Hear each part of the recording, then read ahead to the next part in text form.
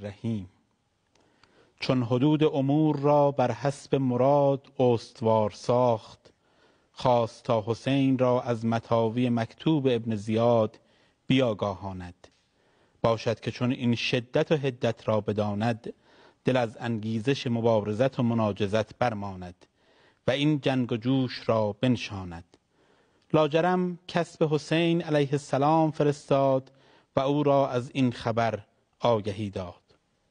فقال الحسین: سوگند با خدای که من هرگز دست خود را به دست پسر مرجانه فرا ندهم.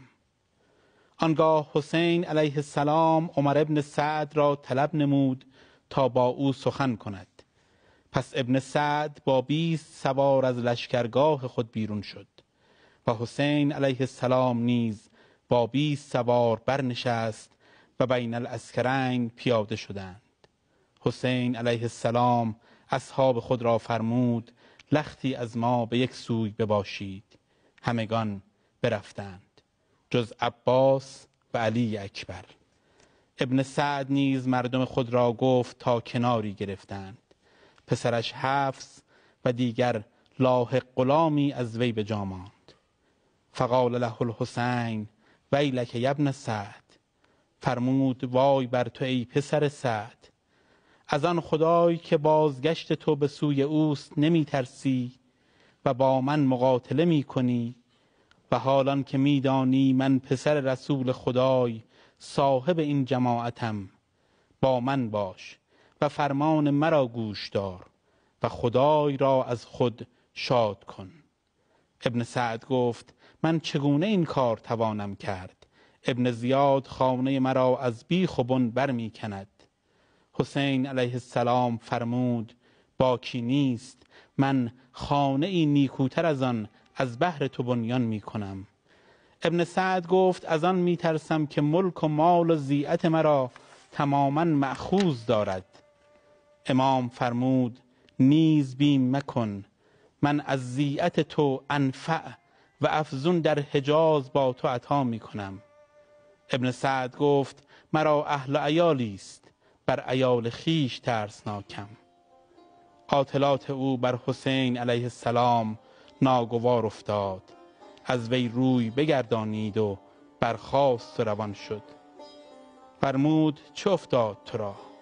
خداوند بکشد تو را در فراش تو و نیامرزد تو را در روز قیامت و بازپرس حساب. سوگند با خدای امید می دارم که از گندم عراق نخوری الا اندکی. ابن سعد از در استهزاء گفت: ما را جو از گندم مستغنی می دارد و برخاست و با لشکرگاه خیش مراجعت کرد. و از این سوی حسین علیه السلام نیز به عسکر خیش باز شد و مکشوف افتاد که این مخاصمت به مسالمت نخواهد پیوست. پس اصحاب خیش را طلب فرمود و در میان ایشان ایستاده شد. سید سجاد علیه السلام حدیث می کند که من با شدت مرض نزدیک شدم تا گوش دارم چه فرماید. زین العابدین علیه السلام می فرماید: شنیدم که پدر من در میان اصحاب خدای را به سپاس بستود و به نیایش ستایش فرمود. آنگاه گفت: ای پروردگار من، سپاس می‌گزارم تو را که ما را به تشریف نبوت تکریم فرمودی و مرموزات قرآن را تعلیم نمودی و معضلات دین را مفهوم داشتی و ما را گوش شنوا و دیده بینا و دل دانا کرامت کردی و در شمار سپاسگزاران آوردی. همانا من اصحابی وفاکیشتر از اصحاب خود و اهل بیتی نیکوکارتر از اهل بیت خود ندانم. خداوند شما را جزای خیر دهاد. دانسته باشید که من گمان دیگر در حق این جماعت داشتم و ایشان را در طریق اطاعت و متابعت می انگاشتم. اکنون آن پندار دیگرگونه صورت بست. لاجرم ذمت شما را از حمل عهد و بیعت خود سبکبار ساختم و شما را رخصت کردم تا به هر جانب که خواهید کوچ دهید. اکنون که سیاهی شب جهان را در پرده خویش درافکنده، هر یک شتری به دست کنید و دست یک تن از اهل بیت مرا فرا گیرید و در بلاد و امصار پراکنده شوید. همانا این جماعت مرا می جویند، چون مرا دست یازند به غیر من نپردازند. چون ابو عبدالله علیه السلام سخن بدین جا آورد، فرزندان و برادران و برادرزادگان و پسرهای عبدالله آغاز سخن کردند و گفتند لا والله، ما بدین کار گردن ننهیم و بعد از تو زندگانی نخواهیم. بینندگان عزیز برنامه سوره، سلام و درود خدا بر شما. خدا را شاکرم که این شبها توفیق داریم پیش روی شما و مقابل چشمان شما درباره عاشورا صحبت کنیم. امشب درباره نسبت عاشورا در گفتمان معاصر و مسئله فلسفه قیام امام حسین با تأکید بر کتاب شهید جاوید سخن خواهیم گفت. سرمقاله برنامه را ببینید تا با مهمان برنامه در خدمت شما باشیم.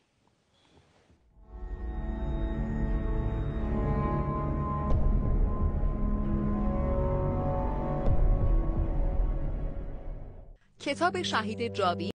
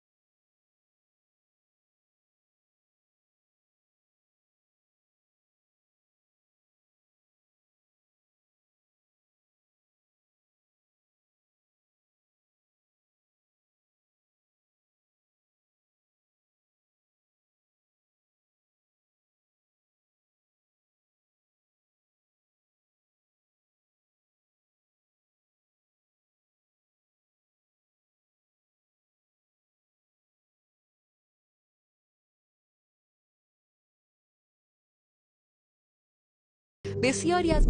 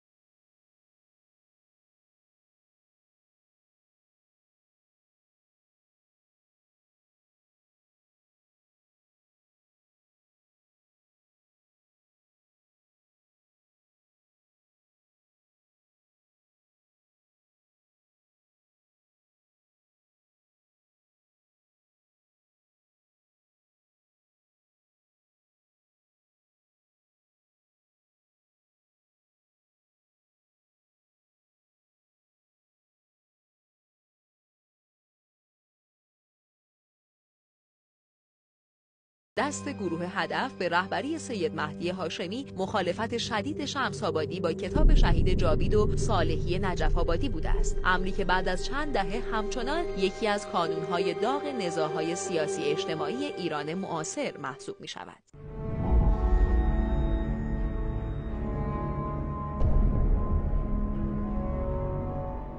با استاد محمد اسفندیاری عاشوراپژوه برجسته معاصر گفتگو می‌کنم. استاد اسفندیاری سلام و ادب، ممنونم که دعوت سوره رو پذیرفتید. من هم مجددا خدمت شما سلام عرض می‌کنم، خدمت بینندگان محترم هم سلام عرض می‌کنم و با آرزوی قبولی عزاداری‌ها. درود خدا بر شما. استاد اسفندیاری، اگر بخوایم قبل از اینکه وارد مسئله کتاب شهید جاوید بشیم و اون حواشی و متن رو بررسی بکنیم، یک پرسش اصلی مطرح بکنیم. ظاهراً یکی از محل نزاعها و اون محل اختلاف نظرها درباره فلسفه قیام امام حسین هست که هر کسی حالا دیدگاهی رو راجع به فلسفه قیام امام حسین صحبت میکنه یا هدف قیام امام حسین صحبت میکنه. من پرسش اولم این هست که وقتی میگیم هدف امام منظورمون چیه؟ دنبال چه پاسخی هستیم؟ آیا منظور نتایج قیام هست یا اینکه دنبال مفهوم دیگری هستیم؟ بسم الله الرحمن الرحیم. عرض می شود بحث درباره هدف امام حسین علیه السلام بحث جدیدیه و پیشینش به این 100 سال اخیر برمیگرده. گذشتگان ما چندان به این مسئله نپرداختند و از کنارش رد شدند. برخی تلقیشون این بود که این مسئله شهادت امام حسین علیه السلام یه راز سر به مهره و با این جمله که ان الله قد شاء ان یراک قتیلا کل قیام امام حسین رو تفسیر میکردن. اولین فردی که وارد بحث درباره هدف امام حسین شد و جدی بحث کرد یک نویسنده‌ایه که البته نامش معلوم نیست دقیق چیه، یه مقاله‌ای در مجله حبل المتین کلکته نوشته بود تحت عنوان السیاست الحسینیه. اینو نسبت دادن، این مقاله رو نسبت دادن به موسیو ماربین آلمانی. گفتن یک فیلسوف آلمانی هست، خاورشناس آلمانی هست که اسمش ماربینه و این چون این مقاله‌ای رو نوشته.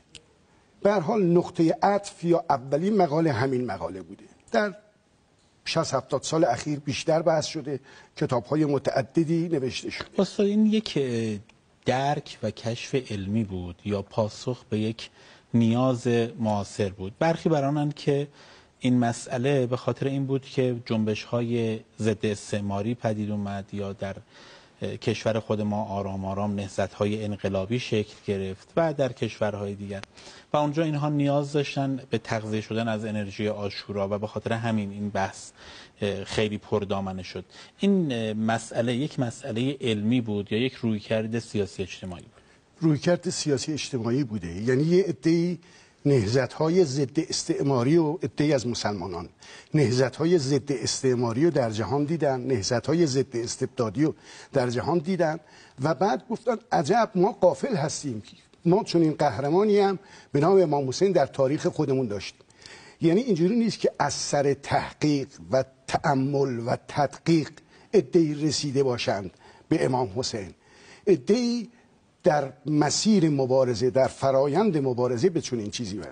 اما در باب هدف که حضرت علی اشاره کردید، بد نیست اینو یاد کنم هنگامی که ما میگیم هدف امام حسین، اینو باید تقسیم بندی کنیم. اهداف درجه اول امام، اهداف درجه دوم امام. اختلاف در اهداف درجه اول امام نیست. مقصود از این هدف درجه اول و هدف درجه دوم چیه استاد؟ توضیح عرض میکنم خدمتتون. اهداف درجه اول امام اونیه که همه روش اتفاق دارن، مانند احیاء سنت، احیاء دین، اماطه بدعت، احقاق حق، ابطال باطل. شیعه و اهل سنت روی این اهداف مشترک هستن. هیچ اختلافی میان شیعه و اهل سنت نیست، میان شیعیان هم نیست. معتقدن که امام برای احقاق حق و ابطال باطل رفت، برای احیاء دین رفت، برای نجات قرآن رفت. این اهداف درجه اوله. مثلا اونجا ایده امر به معروف و نهی از منکر هم هدف درجه اول حساب میشه. اگر ثابت بشه چون این چیزی جزء اهداف درجه اول ثابت میشه. اگر امر به معروف و نهی از منکر ثابت بشه که قیام امام برای امر به معروف و نهی از منکر هم بوده، چون مستند این که قیام امام برای امر به معروف و نهی از منکر بوده یک حدیثه، اونم تو الفتوح ابن اعصم، دیگه در منابع دیگه نیستش. یعنی قیام امامو با فریضه جهاد میشه تفسیر کرد تا امر به معروف و نهی از منکر، مگر اینکه بگید امر به معروف و نهی از منکر جزئی از اجزای جهاده. اما اهداف درجه دوم امام اینه که امام از مدینه حرکت میکنه میره به طرف مکه، از مکه حرکت میکنه به طرف کوفه میره. اینجا هدف چیه؟ هدف امام امتناع از بیعت بود فقط؟ هدف امام حکومت بود فقط؟ هدف امام شهادت بود یا اهداف دیگه ای داشت؟ این میشه هدف درجه دو. اختلافی که وجود داره رو اهداف درجه دوم امامه.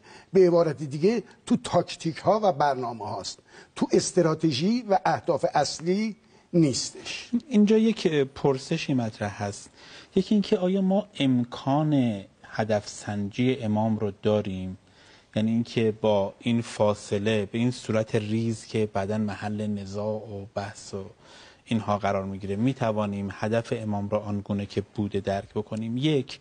دو، روش این هدف سنجی چگونه است؟ آیا روش این هدف سنجی اینه که ما نگاه بکنیم مثلا به اوضاع و احوال سیاسی جامعه و یه تحلیلی ارائه بکنیم از حرکت امام، یا اینکه باید رجوع بکنیم به نص گفتار امام و اونجا ببینیم که امام خودش چه چیزی رو بیان کرده؟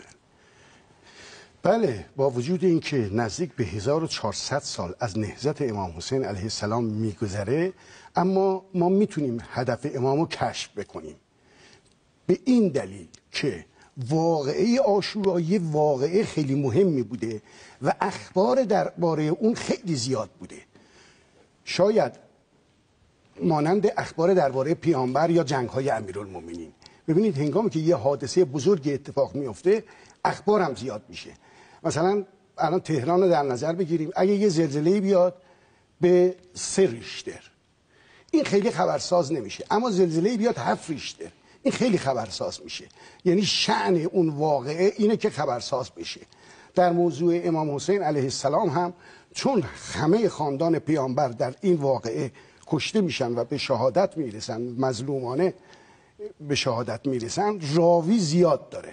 لذا ما در باره عاشورا با کمبود منبع مواجه نیستیم. اما اینکه به چه روشی باید هدف امام حسین رو ما کشف بکنیم، عرض می شود حضورتون که ما در درجه اول باید ببینیم خود امام حسین چی میگفت. قول و فعل امام علیه السلام برای ما حجت در درجه اول.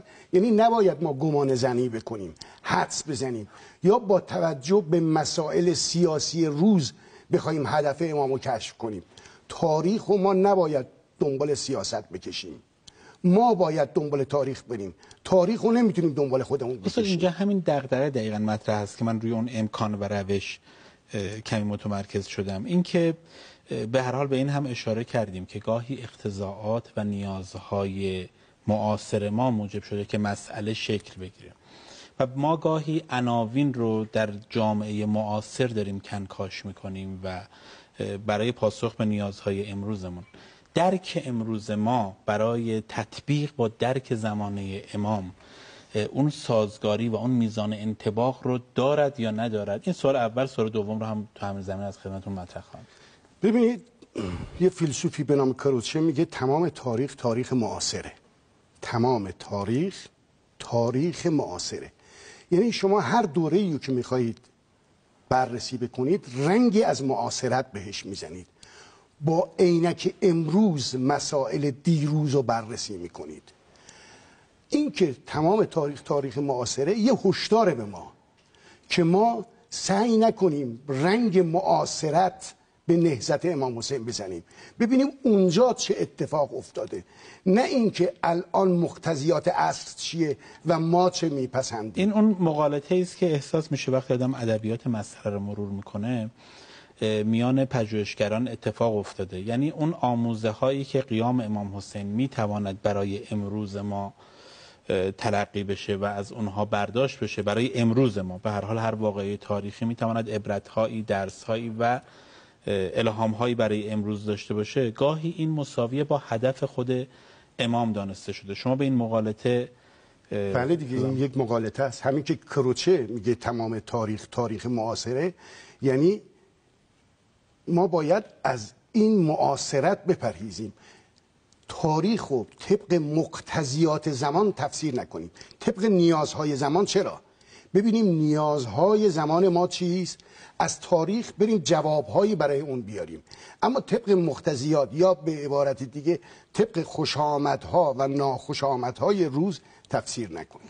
اینجا دغدغه دیگری هم مطرحه و اون ساده سازی مفاهیم یا یک دست سازی مفاهیمه.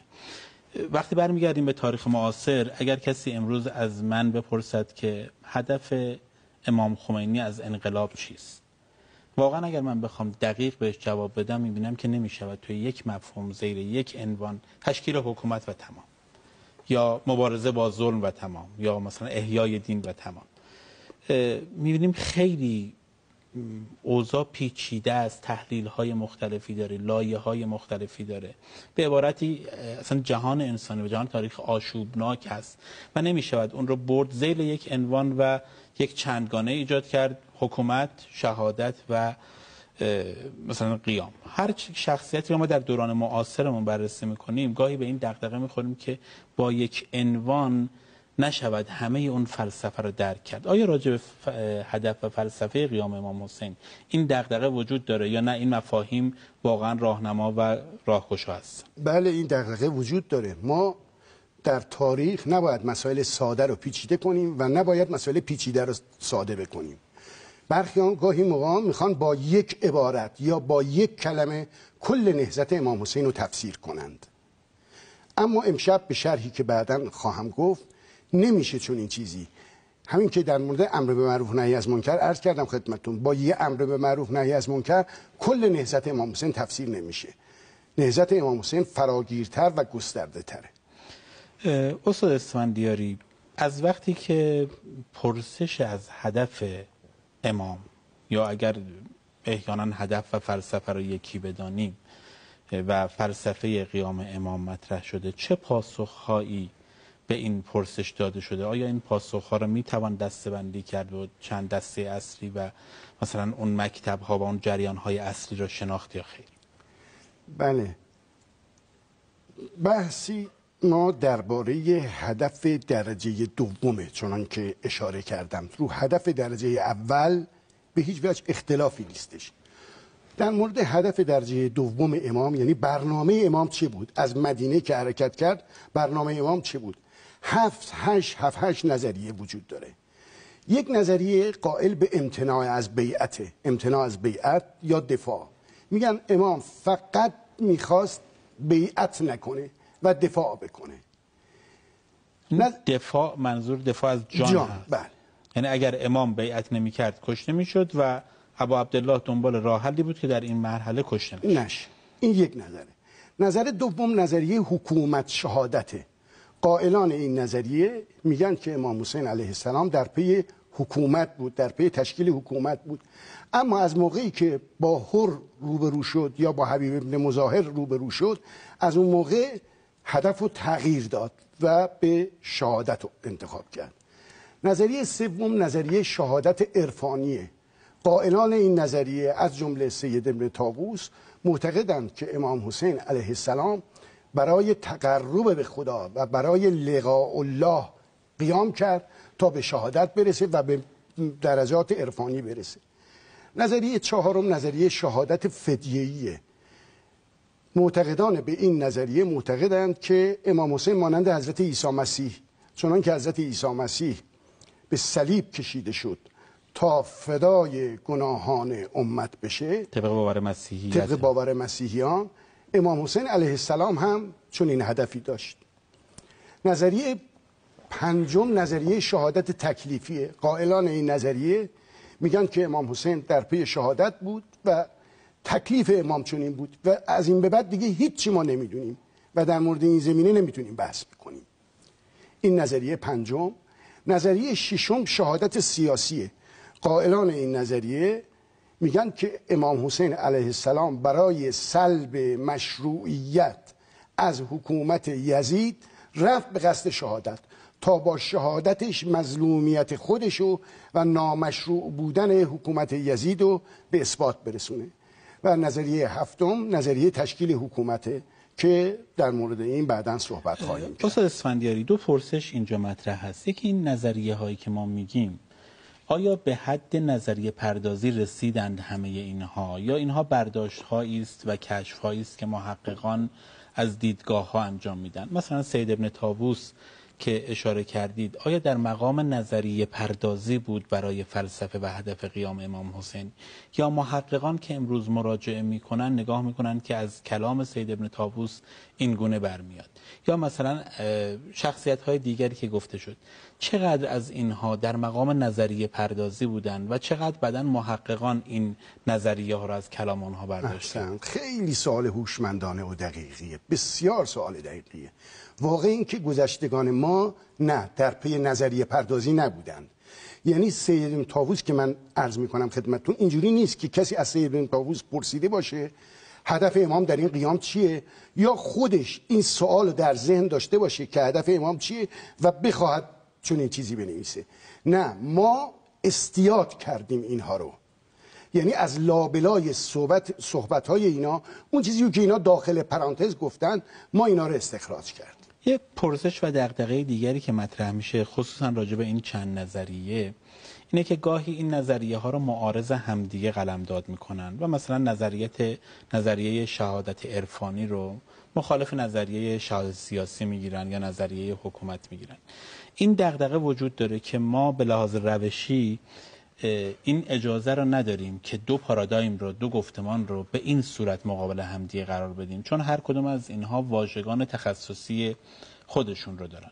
مثلا وقتی از شهادت عرفانی حرف میزنیم، از یک عارف سوال میکنیم، او جز همین واژگان تخصصی عرفان نظری شاید واژه دیگری برای بیان حرف خودش نداشته باشه.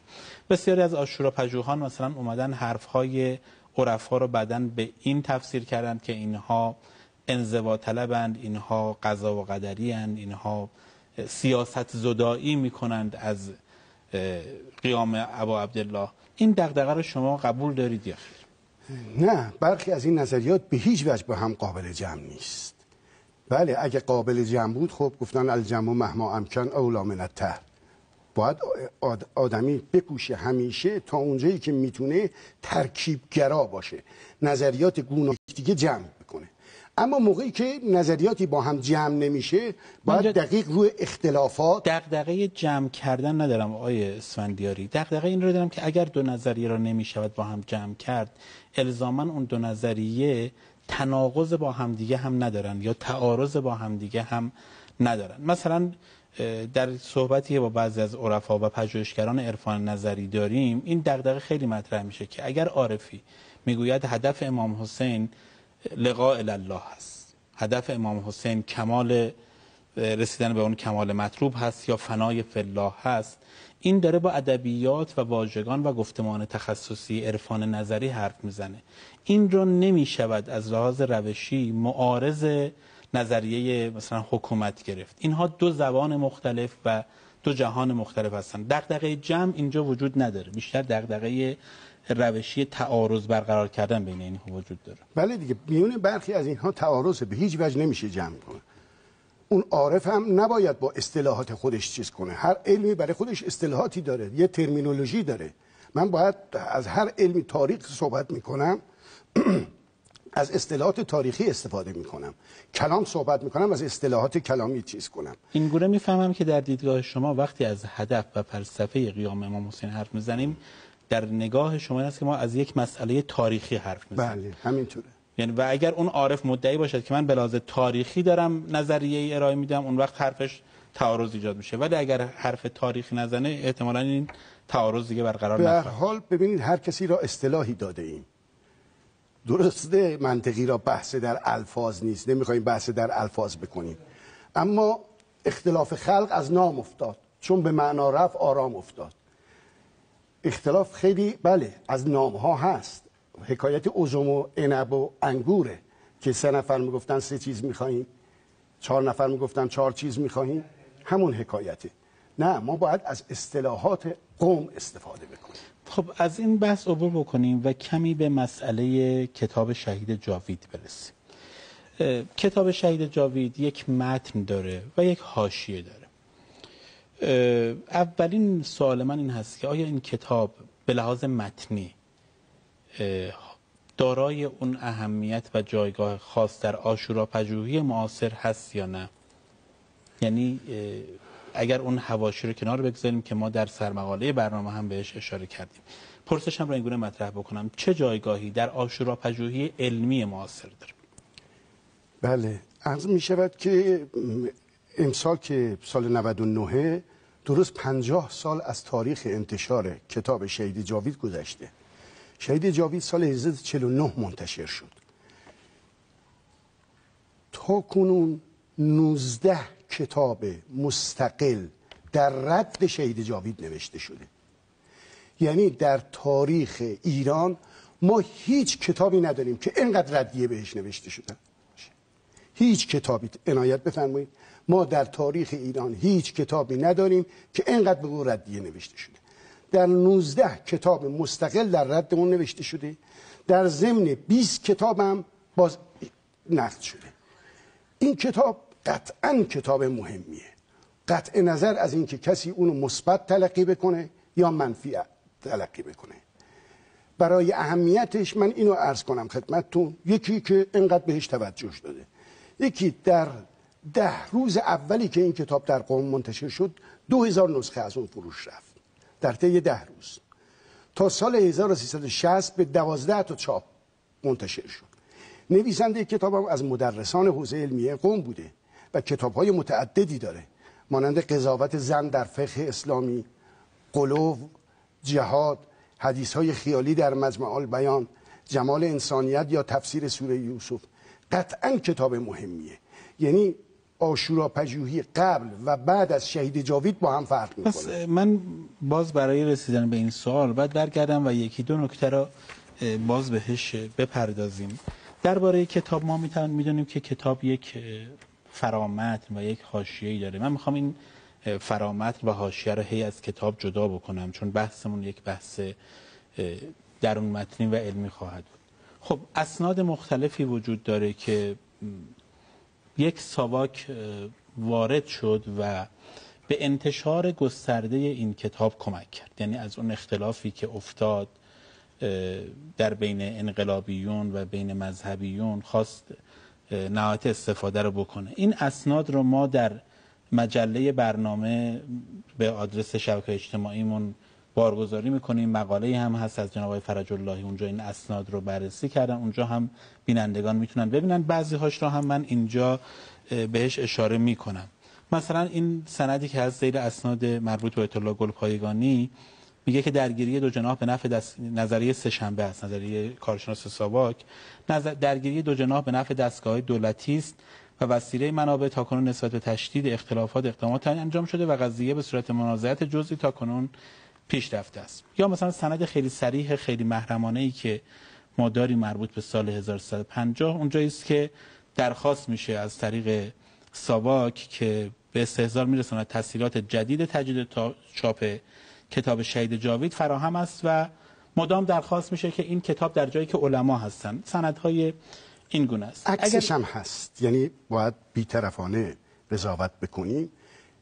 اگر ساواک میخواست شهید جاوید منتشر بشه، کتاب‌های مخالفش هم میخواست. بله، به کتاب‌های مخالف هم عرض شود حضورتون کمک میکرد که منتشر بشه. دقیقاً ادعا هم که بله، دقیقاً ادعای ساواک و استراتژی ساواک این هست که دو طرف کتاب‌ها چاپ بشه، این نزاع دامن زده بشه و این اختلاف دامن زده بشه.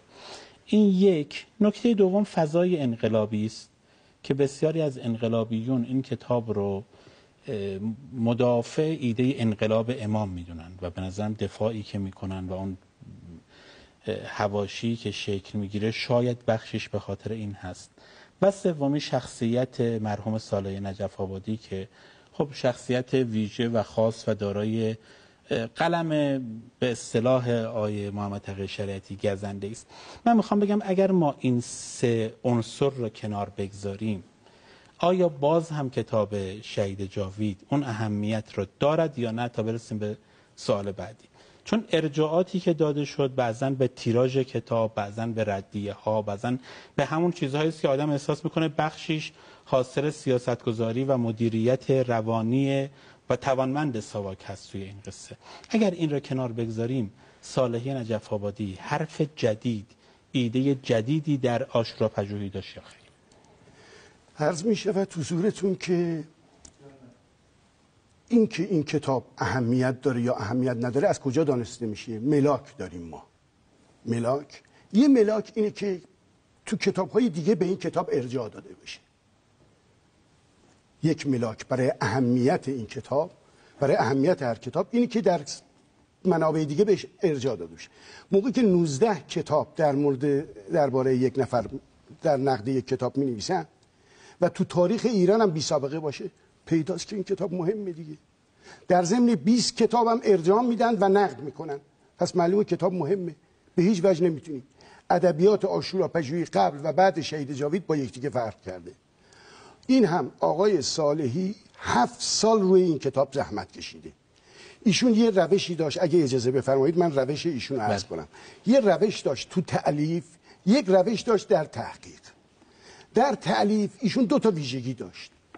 اون چرا مینوشت پیشتر درس میگفت و با شاگرداش مباحثه میکرد. یعنی اول با شاگردان مباحثه میکرد، درس میگفت و بعد اونو مینوشت. این یک ویژگی ایشون. ویژگی دومش این بود هر چیزی که مینوشت فلفور به چاپ نمیداد. اونی که مینوشت میداد به اطرافیانش، دوستان، هر کیو که صاحب نظر میدانست میداد به اونها بخونن و بررسی کنن. این روش ایشون تو تألیف بود. یعنی هیچ موقع خودشو بی‌نیاز از آراء دیگران نمیدونست. حدیث هست از امیرالمومنین علی علیه السلام، اون حضرت میفرماید من استغنا به عقلهی ذل. هر کس به اتکای عقل خودش بی‌نیازی از دیگران بجویه گمراه میشه. خیلی‌ها به اتکای عقل خودشون، به اتکای علم خودشون بی‌نیازی از دیگران میجوین، نمیرن نظر دیگران بخوان و با دیگران مشورت بکنن، چون این فردی گمراه میشه.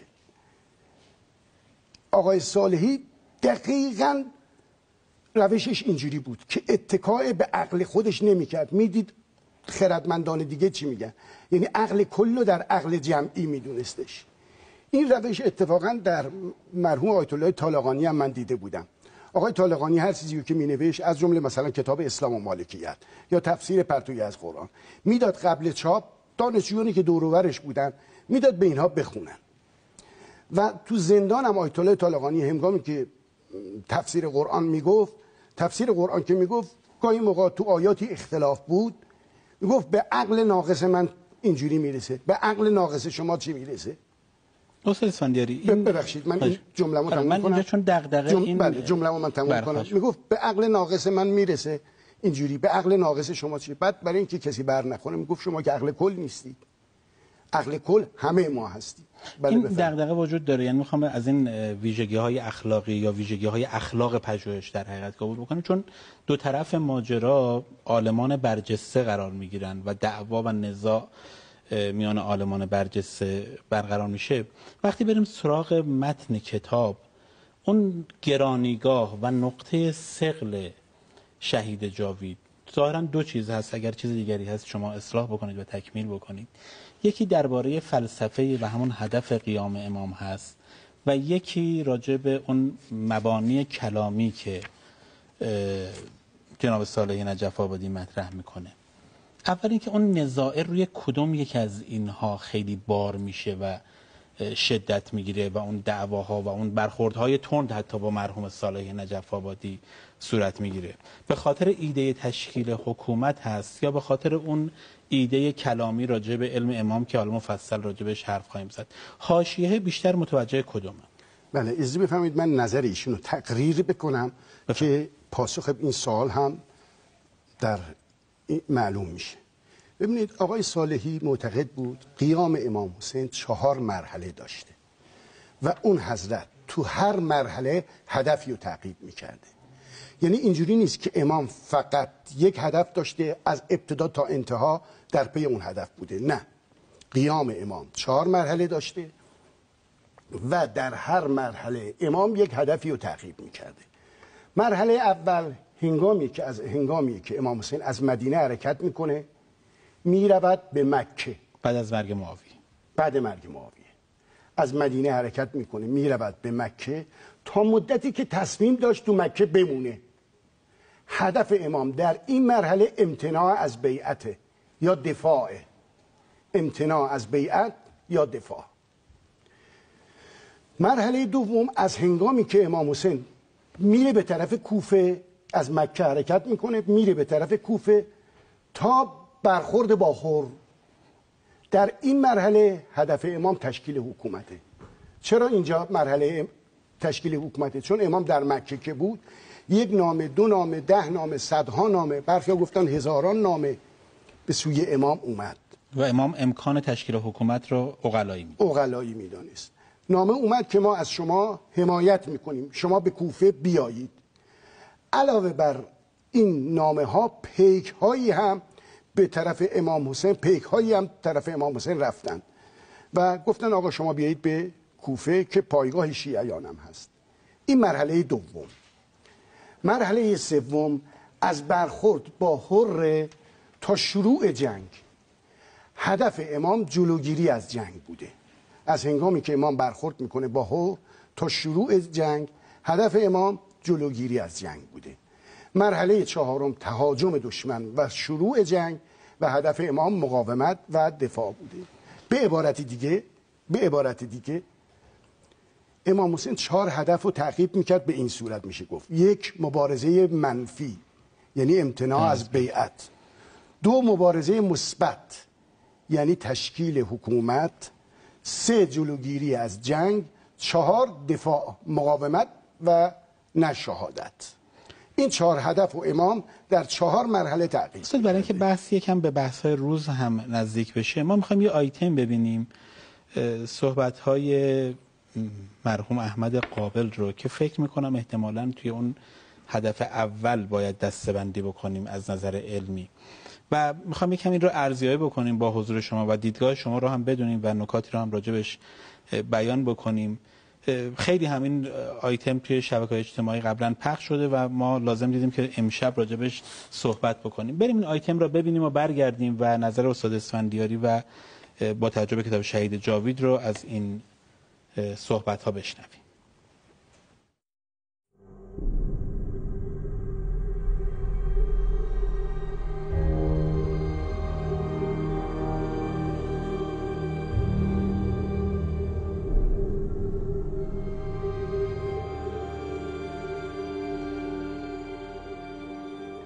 دو تا کلمه صحبت می‌کنیم میگن آقا شما دارید با احساسات و عواطف مردم ور میرید. عشق، آقا عشق حسینی، من مگه میگم عشق حسینی نداشته باشید؟ آخه چرا امام حسین رو اینقدر خلاصش میکنید توی 6 ماه؟ چرا حبسش میکنید توی 6 ماه زندگیش؟ به خدا گزارشی که از اون 6 ماه میدن گزارش صحیح نیست، والله العظیم گزارش صحیح نیست. امام حسین زبانش مو در آورد به این جامعه‌ای که در برابرش ایستاد. از همون دمی که از مدینه حرکت کرد مگر نمیگن خوند و خرج منها خائفا یترقب، یعنی از دست حکومت فرار کرد، نه اینکه قیام کرد برای اینکه علیه یزید بجنگه. حفظ امنیت خود و خاندانش رو میخواست بکنه. وقتی که داشت حرکت میکرد، وقتی که محمد ابن حنفیه میاد پیشش، همون وصیت نامه ای که انقدر بهش اصرار میکنن، تو وصیت نامه اینه: انی لم اخرج عشرا ولا بطرا ولا مفسدا ولا ظالما ولکنی خرجت لطلب الاصلاح فی امت جدی اريد ان امر بالمعروف و انها عن المنکر و اسیر بسیرت جدی و ابی علی ابن ابی طالب. تا اینجاشو میگن، اون دنبالشو نمیگن. خب اون دنبالش جز همینه: فمن قبلنی بقبول الحق فالله اولا بالحق و من رد علیه هذا اصبر حتی یحکم الله بینی و بین القوم بالحق و هو خیر الحاکمین. من کارم امر به معروف و نهی از منکره. به مردم میگم، مردم پذیرفتن، خب پذیرفتن، نپذیرفتن صبر میکنم، نه اینکه شمشیر میکشم. منم که دارم خارج میشم میگه خب تو چرا داری از مدینه میری؟ اینجا مسقط رأس توست، اینجا قبر پدر توست، اینجا وطن توست. میگه خب من که به اراده خودم خارج نمیشم، این قوم قصد جان من رو کردن. و انی اقصد مکه، من دارم میرم مکه. فان کانت بی امن اقمت بها دائما، بابا وقت امام حسین چه جوری حرف بزنه که ما شما بفهمیم؟ اگر امنیت داشتم در مکه همیشه میمونم.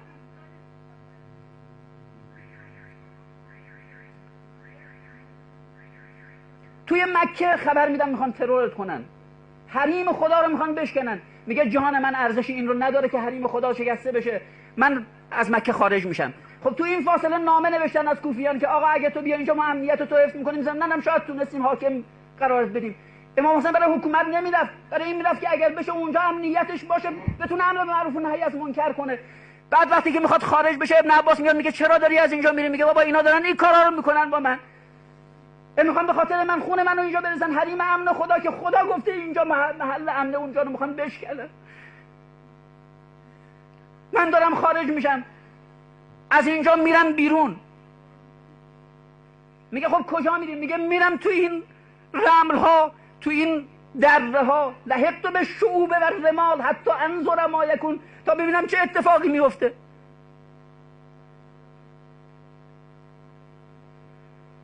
در مسافه با سپاه هر 2 بار سخنرانی میکنه، وقت نماز ظهر، وقت نماز عصر. میگه بابا اگر نمیخواد ولم کنید، من برم یه جای امنی تو این عالم، تو این زمین و خدا پیدا کنم، از این مملکت خارج میشم، برم یه جایی که امنیت داشته باشم، اما دست از امر معروف و نهی از منکر من بر نمیدارم. همه خیال میکنن که امر معروف و نهی از منکر یعنی شمشیر کشیدن، یعنی جنگیدن، یعنی خون ریختن. امام مجتبی به خاطر خون ریخته نشدن بین مسلمان ها، همون حکومتی که اینقدر شیعه میگه این جزء ذاتیات امامته، او رو واگذار میکنه به کثیف‌ترین فرد خلقت در اون زمان، یعنی معاویه بن ابی سفیان، برای حفظ دماء مسلمین. فکر میکنید امام حسین غیر از اونه؟ غیر از اون سناریو رو میخواد عمل بکنه؟ آخه ما چی داریم میگیم راجع به اینا؟ روز عاشورا به خدا من نمیدونم جواب امروز با این تفکر رایجی که ما داریم میدیم که او از اولی که از مدینه خارج شد قصدش رفت به جنگ یزید. خب اگر اینه بابا جواب امام حسین رو شما بیاد به جای اون سپاه یزید بدید. وقتی که جلوی سپاه یزید وایساد روز عاشورا، اولین سخنرانی بلندش اینه، اونجا که گفت مگه شما نامه ننوشتید، مگه شما دعوت نکردید؟ بعد آخرش گفت فإن کنتم لمقدمی کارهین، اگر شما از آمدن من ناراحتید فدعونی انصرف عنکم الی مأمنی من الارض، بابا راهم کنید برم یه جایی تو این زمین و خدا یک جای امنی که میتونم پیدا کنم. خب اینا رو اگر نگفته بود یک نفر میتونه انکار کنه که اینا رو نگفته؟ خب اگر گفته اینا چطوری میشه با اون سناریویی که شما براش چیدید هماهنگش کرد؟ خیال میکنن که اگر حسین ابن علی مثلا میرفت تو یه جای امنی وظیفه شرعی خودش رو ترک میکرد. امام مجتبی در اون زمانی که حکومت رو واگذار کرد مگه وظیفه اسلامیش رو انجام نداد؟ شما معتقدید که از وظیفه تخطی کرد؟ حاضرید همچین تهمتی بزنید؟ اگر نه پس قبول کنید که امام سید الشهدا میتونست همون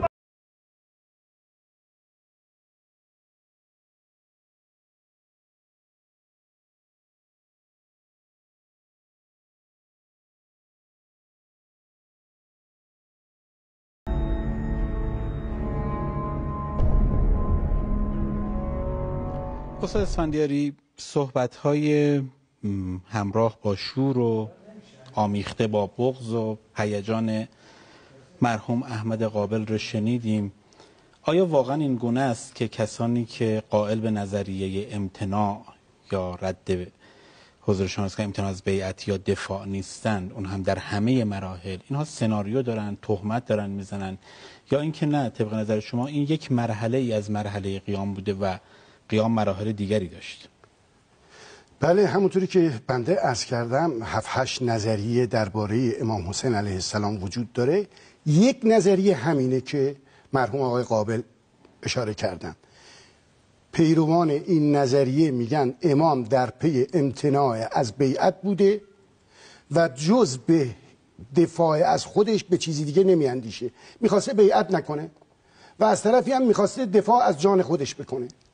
لذا امام داشته میرفته، حالا به ادبیات اینها میرفته در بیابان، هر جا میرفته فلان، برای نجات جان خودش. برای نجات جان خودش. خب این نظریه خیلی اشکالات متعدد داره. ببین این نظریه حقیقت هست اما شامل همه حقیقت نیست. شما میرید تو دادگاه سوگند میخورید که من حقیقت رو میگویم و همه حقیقت رو میگم. این همه حقیقت نیست. یک مرحله از قیام امام حسین رو تفسیر میکنه، مرحله دیگر رو تفسیر نمیکنه. تا مرحله خروج از مدینه، خروج از مدینه تا مکه، چون این چیزی.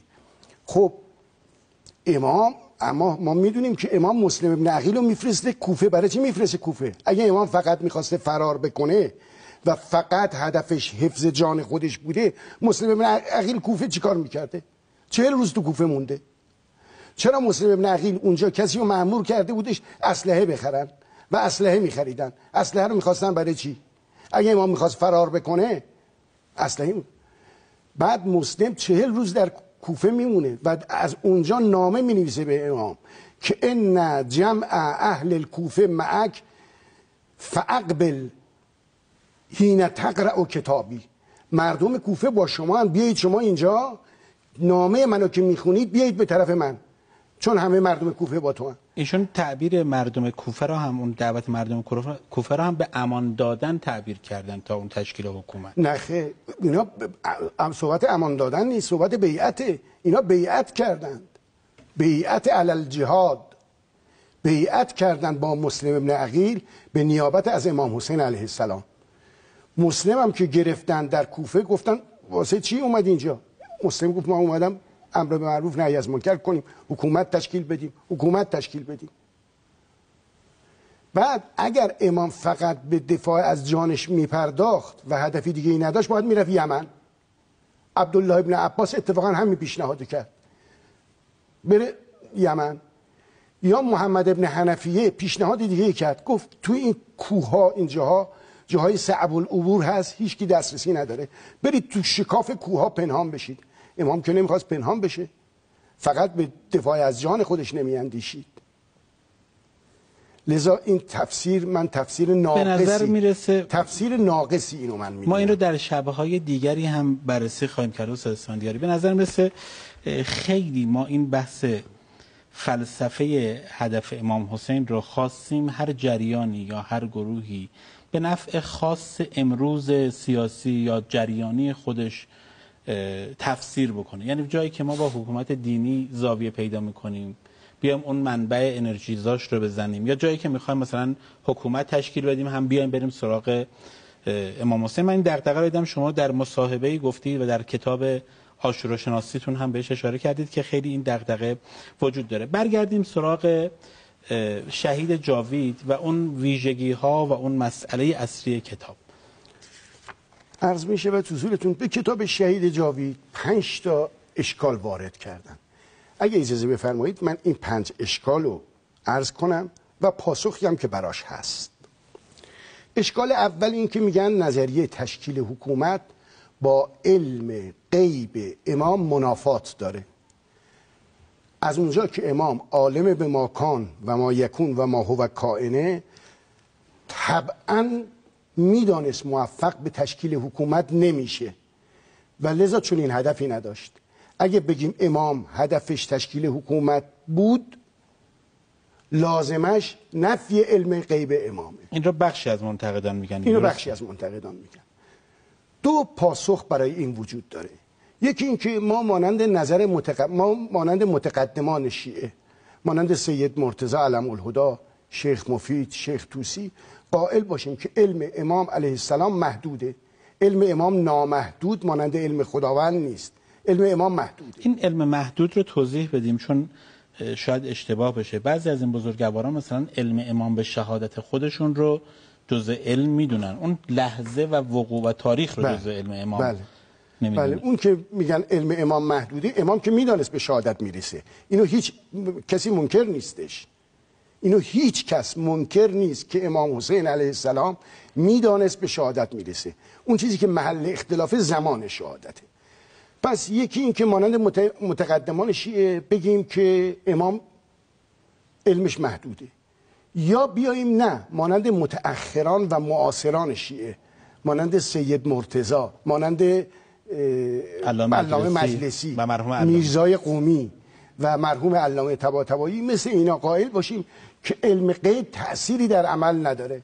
امام به علمی که از راه عادی به دست میاره، از راه طبیعی به دست میاره عمل میکنه.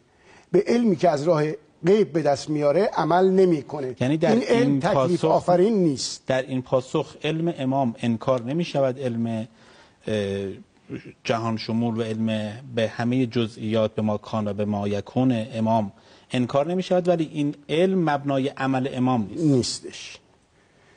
این دیدگاه رو خود مرحوم صالحی نجف آبادی میپذیره؟ این دیدگاه دومو نه، آقای صالحی نمیپذیره. آقای صالحی میگه که چه دلیلی از عقل یا از نقل ما داریم که علم غیب مبنای عمل نمیتونه باشه؟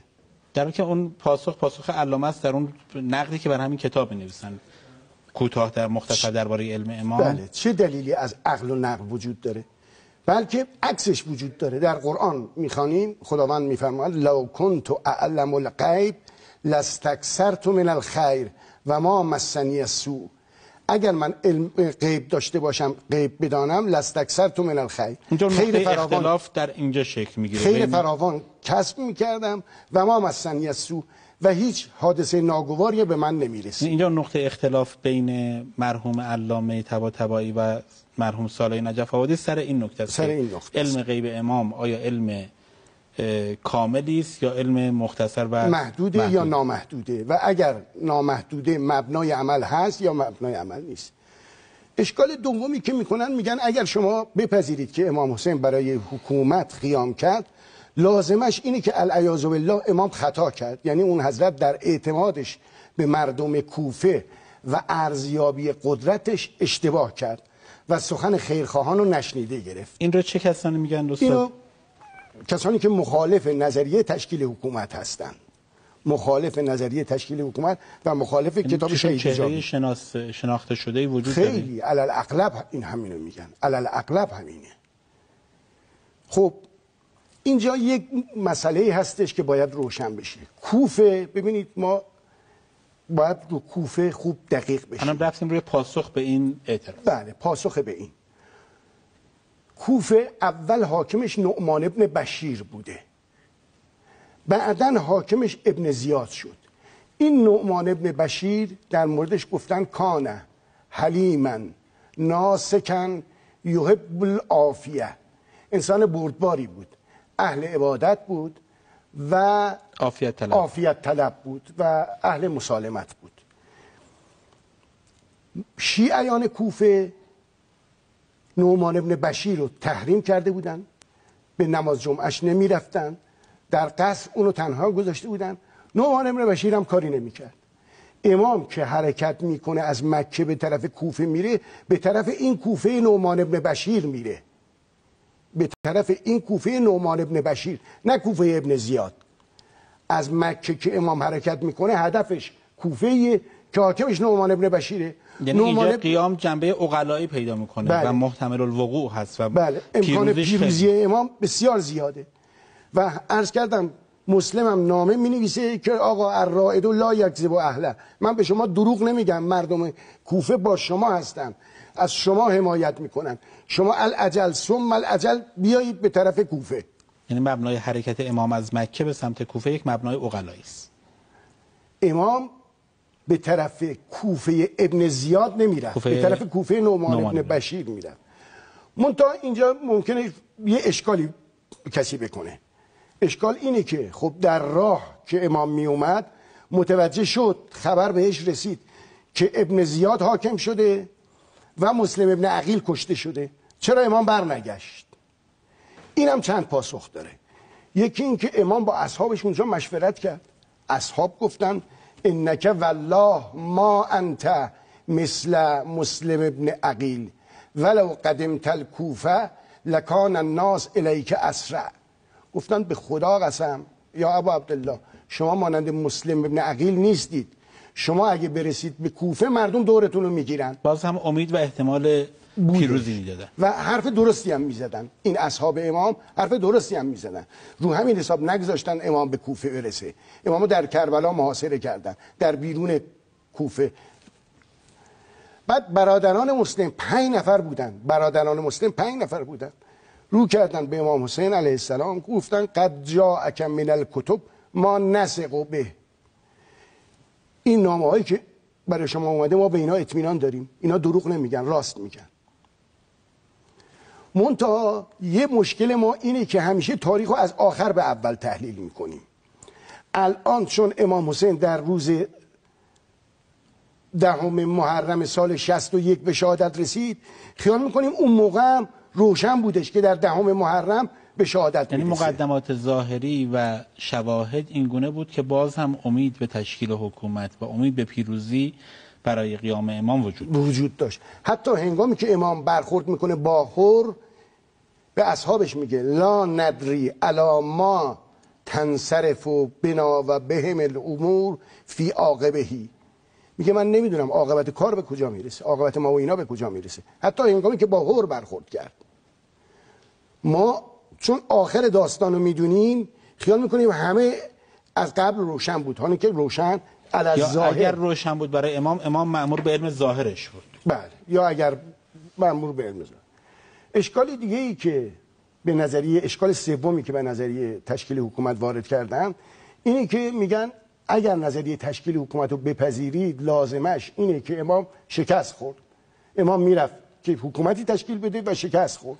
کسانی که دارن اشاره ها رو وارد میکنن این پیروان نظریه شهادت، نظریه شهادت سیاسی یا نظریه شهادت تکلیفی هستن یا مثلا بیشتر پیروان نظریه شهادت سیاسی هستن؟ یعنی اینجا نظریه بیعت و یا دفاع که مثلا مرحوم قابل بود اینجا دیگه ساکتن. بله، چون اسناد نشون میده که امام دوره حکومت. بله، اینا پیروان نظریه شهادت سیاسی میگن خب طبق نظریه شهادت سیاسی امام یه قهرمانه و پیروز شد، طبق نظریه تشکیل حکومت شکست خورد. خب حالا ما میگیم شکست خورده باشه، مگه دور از شأن امامه؟ شکست از شأن امام نمیکاهه.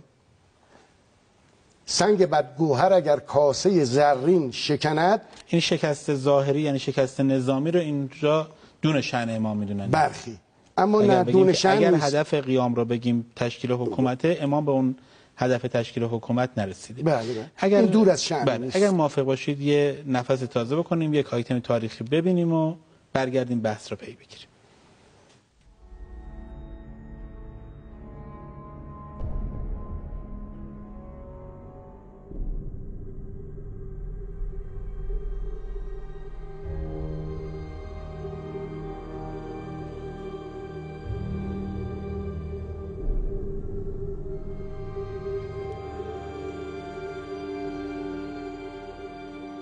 در جامعه به اندازه‌ای که دشمن از اون کار ضرر می‌بینه چه کار بکنه؟ پس باید قیام بکنه، قیام مسلحانه بکنه. قیام مسلحانه توانستن می‌خواهد و حسین نمی‌تواند. در یکی از کتاب‌هایی که اخیراً منتشر شده که خب خیلی هم مشهور شده چون عده‌ای زیادی بهش حمله کردن و ارزش این کتاب هم بیشتر به همون حمله هایی است که بهش کردن. و من خودم به سهم خودم اون تنها کتابی دیدم که در ایران فضلا اونها نوشتن که تحقیقی اسناد به همه آورده، مخالف و موافق آراء مختلف به طرح کرده، تجزیه تحلیل کرده، نقد کرده و حتی گستاخی رد و اثبات داشته، گستاخی این که نظر تازه علمی بده داشته اینها و مطالعه وسیع داشته و اسناد بسیار فراوانی را مطالعه کرده و به یک کار تحقیقی علمی پرداخته. این ارزش هایی است که من برای این کتاب قائلم و برای نویسنده. اما اختلاف سلیقه‌ای که با نویسنده دارم سر اینه که این یک تز عمومی و او اینه که بسیاری معتقدند که حسین از مدینه پا شد به عنوان این که قیام سیاسی یا نظامی علیه حکومت و علیه رژیم بکنه و بعد رژیم رو چپه کنه و بعد حق خودش را و حق مردم را با به دست گرفتن زمام جامعه احقاق بکنه. این یک ایدئاله، اما ایدئالی است که متاسفانه واقعیت‌های خارجی باعث سازگار نیست. بعضی‌ها به این نویسنده یا این صاحب نظرانی که اینجور نظریه دارن ایراد میگه که مگه حسین یک سیاستمداره که پاشه بره قیام کنه برای حکومت؟ این ایراد آقا اینه. پس علی پس چی بود؟ برای چی می‌جنگید؟ جنایت بر سرنوشت مردم حاکمه و کسی که مسئول سرنوشت مردمه باید تا وقتی دستش میرسه قصد رو از بین ببره و حق رو احقاق کنه و حکومت رو به دست بگیره. این حق امامه. اما حرف من اینه که امام میباید در برابر حکومت قاصد قیام مسلحانه سیاسی بکنه و جاهلیت مقتدر چیره رو برداره به زور و حق رو احیا کنه و زمان مردم رو به دست بگیره. اما این امکان رو حسین در این سال نداره.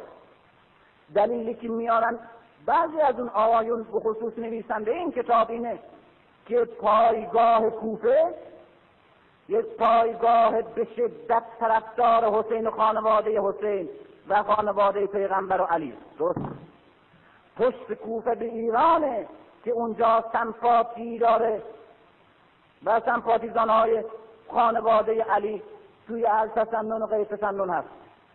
خب مسلمه.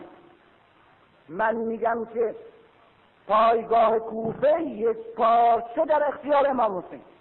این قبول. فرض برای میگذارم که کوفه به مسلم هم خیانت نمیکرد. فرض برای میگذارم که کوفه به قدری نیرومند بود که اگر امام حسین خودش به کوفه میرسوند میتوانست بزرگترین پایگاه قدرت اسلامی بشه و یک حکومت آزاد اسلامی به رهبری امام حسین به وجود بیاره و حتی دمشق رو نابود کنه. اینم قبول. اما حرکت امام حسین حرکت قیام کننده نظامی سیاسی نبود. اون هم نه به عنوانی که این عیب برای امام حسین، نه وظیفه است، اما امکانات برای چی؟ چجور امکاناتی است که اگر حسین خودش به کوفه میرسوند و تو میگی کوفه پایگاهی میبود که میتوانست دمشق را از بین ببره و قدرت حکومت اسلامی رو به دست امام حسین بسپاره، چرا پس قیام سیاسی و نظامی علیه رژیم اموی نباشه؟ به خاطر اینه که حسین به کوفه کار ندارن. حسین از مدینه پا میشه میاد به مکه. بعد که دعوت کوفه میرسه، دعوت های مردم کوفه که پاشو بیا اینجا ما به رهبری تو، که حسین به کوفه کار ندارن. حسین از مدینه پا میشه میاد به مکه. بعد که دعوت کوفه میرسه، دعوت های مردم کوفه که پاشو بیا اینجا ما به رهبری تو ایمان داریم و قدرت به دست تو میسپاریم و در برابر قصد و ظلم میایستیم و از تو دفاع میکنیم. در مدینه اعلام میکنه که من میروم به طرف. بعد میاد به مکه 600-700 کیلومتر راه میاد به مکه. از مکه جلو همه جمعیت حاجی که از سراسر اکناف جهان اسلامی آمدن اعلام میکنه که من به طرف مرگ میروم. اعلام میکنه خط الموت علی ولد آدم مخط القلادة علی جید الفتا. اونجا میگه مرگ، این مردی که قیام سیاسی بخواد بکنه اینجا سخن نمیگه. میگه ما میکشیم، میزنیم، پیروز میشویم و ستم رو نابود میکنیم. قیامش اینه. مرگ برای فرزند آدم زیبا همچون گردن بندی بر گردن دختری زیبا.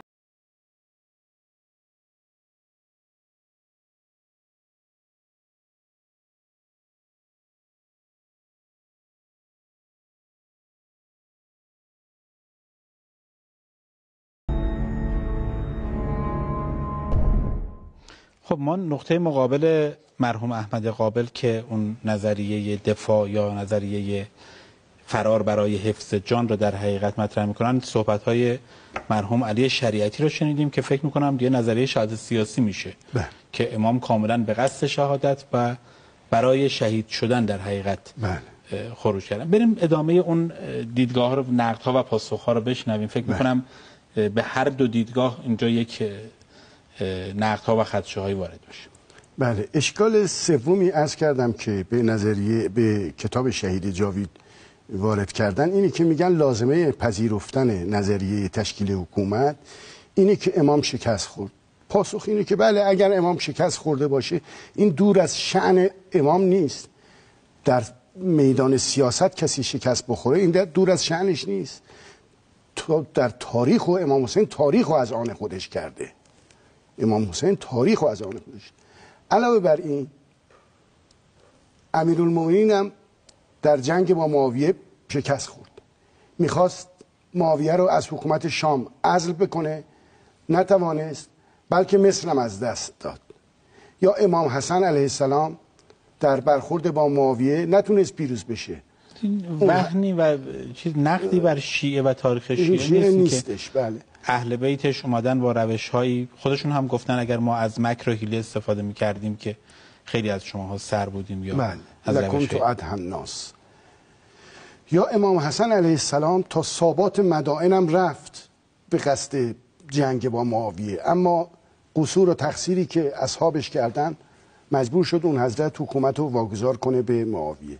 به هر حال به گفته سعدی سنگ بدگوهر اگر کاسه زرین شکند، قیمت سنگ نیفزاید و زر کم نشود.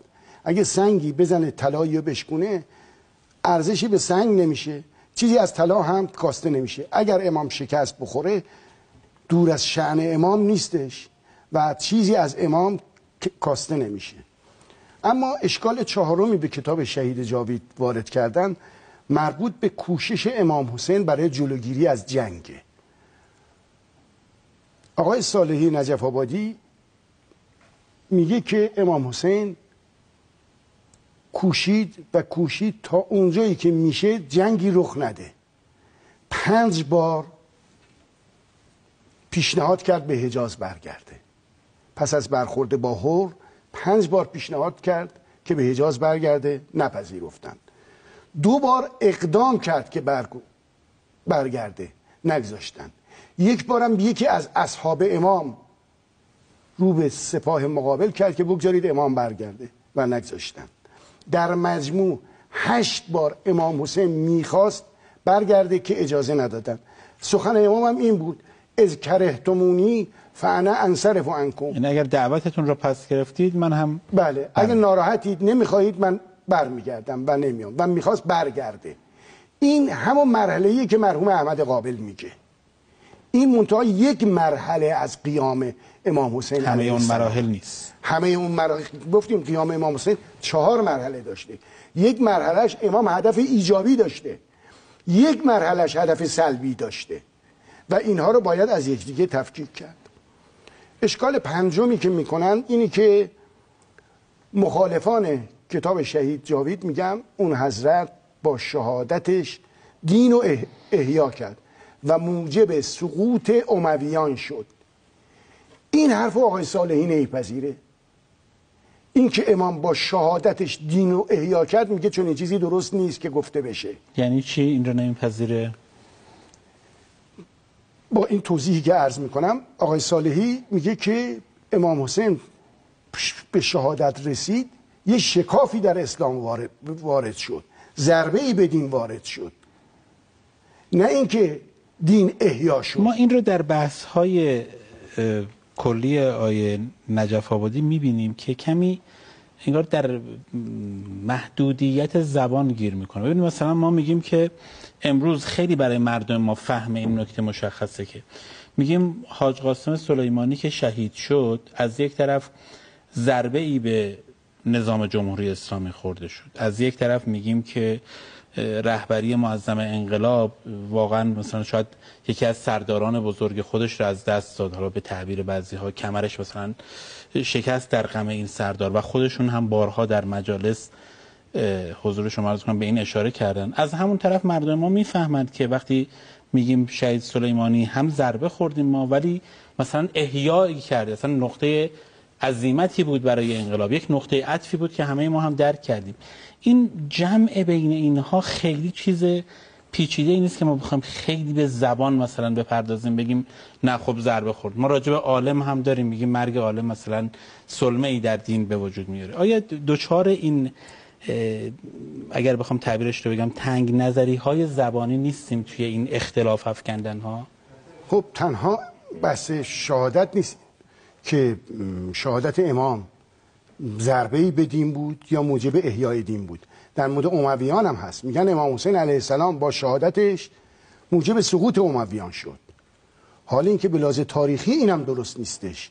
امویان از روز عاشورا تا سقوط امویان در سال 132 70 سال گذشت، بیش از 70 سال. امویان در این مدت بخارا رو گرفتن، سراسر ماوراءالنهرین رو گرفتن، تخارستان هم سنجه چیه آیه اسفندیاری برای اینکه مثلا عدد سال مهمه، برای اینکه نشون بدیم قیام امام موجب شد؟ آیا کسی ادعا کرده که قیام امام توی کوتاه مدت موجب سقوط امویان شد؟ بله، اینو همه کسانی که در این باره نوشتن همینو گفتن. عدد سقوط، عدد و تاریخ سقوط امویان که چیز مشخصی است، کسی نمیگه که امویان 2 سال یا 3 سال بعد از قیام امام حسین شهید شده. اما این را میگویند که با شهادت امام حسین امویان سقوط کردند. نه، من میگم سنجه اثبات یا نفی این سخن اصولا چی از لحاظ تاریخی؟ این که ما بگیم نه چون 70 سال بعد حضور شما عرض بکنم که مثلا اینها خدمت شما عرض بکنم که شهید شدن پس ربطی نداره. خب امروز خیلی از تحلیلگران میگویند مثلا انقلاب اسلامی ریشه هایی در نهضت ملی شدن صنعت نفت یا مشروطه. بله، اون مثال با این مثال فرق میکنه. ببینید اون مثال با این مثال فرق میکنه. امویان تازه در شرق سقوط کردن، رفتن در غرب سر برآوردن، اندلس رو گرفتن و از سال 138 تا 422 حکومت داشتن. و علاوه بر این بعد از امویان عباسیان اومدن که خیلی بدتر بودند.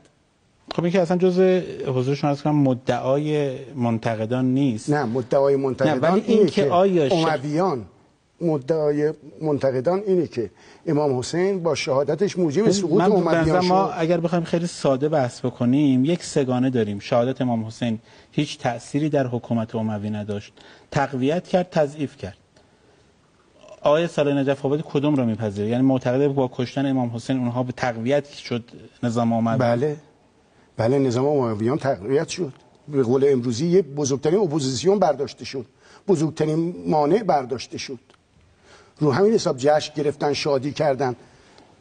بزرگترین مانع این نگاه از زاویه خود امویان نیست، چون به هر حال این طرف آدم نگاه میکنه آثاری که گذاشت، تشتتی که در خود امویان ایجاد میشه یا اون اتفاقاتی که بعداً میفته، قیام‌هایی که به حضور شما عرض کنم مثلا قیام مختار و دیگران که اینها مدام ضربه میزنه به حکومت امویان، آیا اینها را نادیده نگرفته آیه صالح نجف آبادی؟ اینا به هیچ وجه نادیده گرفته نشده.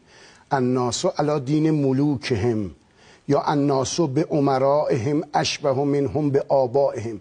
مردم دچار خمود و جمود شده بودند، مردم در خواب بودند و پیرو امویان حدیث جعل میکردن. اون موقع حدیث جعل میکردند که تقرب بجویند. مختار یکی از اون ضربه ها به چیز نیست، به امویان بجویند به یزید.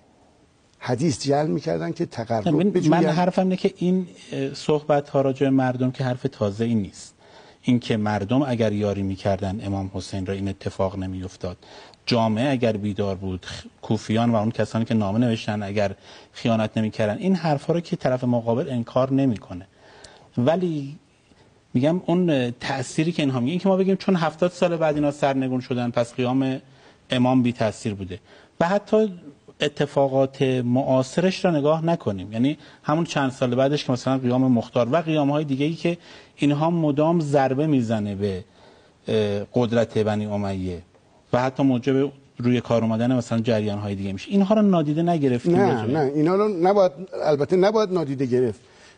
کاملا درسته، این فرمایش کاملا درسته، نباید نادیده گرفت. اساساً ما 1 دقیقه وقت، 10 دقیقه هم دوستان اضافه ما وقت داده بودن، 1 دقیقه وقت داریم. اگر نکته پایانی من پیشش این رو اشاره بکنم که ما فردا شب هم با حضور آقای دکتر سید حسن اسلامی بحث شهید جاوید رو پی میگیریم و اونجا هم ما به بعضی از نکات خواهیم پرداخت. من اون نکته پایانی شما رو میشنوم. نکته پایانی این که در دعای عرفه میخونیم اصبح. استاد اشاره میکنن که باز هم به ما وقت دادن به خاطر اهمیت بحث. در دعای عرفه میخونیم اصبح کتاب الله به فقدک مهجورا. با شهادت امام حسین کتاب خدا مهجور افتاد و واقع قضیه همینه. در اون زمان به یه نفر میگفتن بیدین، زندیق، اونقدر ناراحت نمیشد که بگن شیعه حسین. میگفتن شیعه حسین بیشتر میترسید تا بگن زندیق. شیعه حسین یه ناسزا بودش. و سید ابن طاووس هم میگه کاد الاسلام ان یموت به مماته. نزدیک بود اسلام نابود بشه با شهادت امام حسین.